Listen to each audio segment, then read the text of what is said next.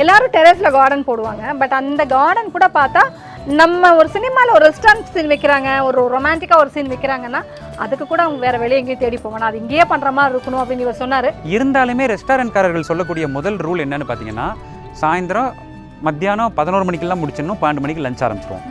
Lunch 4 மணி வரைக்கும் போகும். 4 மணிக்கு போய் ஃப்ரேம் வச்சா 6:30க்கு முடிச்சிடணும், ஏன்னா 7 மணிக்கு டின்னர் ஆரம்பிச்சிருவோம். எப்போ நம்ம ஷூட் பண்ணுவோம்? ஸோ அதனால் என்ன முடிவு பண்ணோம், நம்மளே ஒரு குட்டி ஈஸியாக இங்கே உருவாக்கிடுவோம்.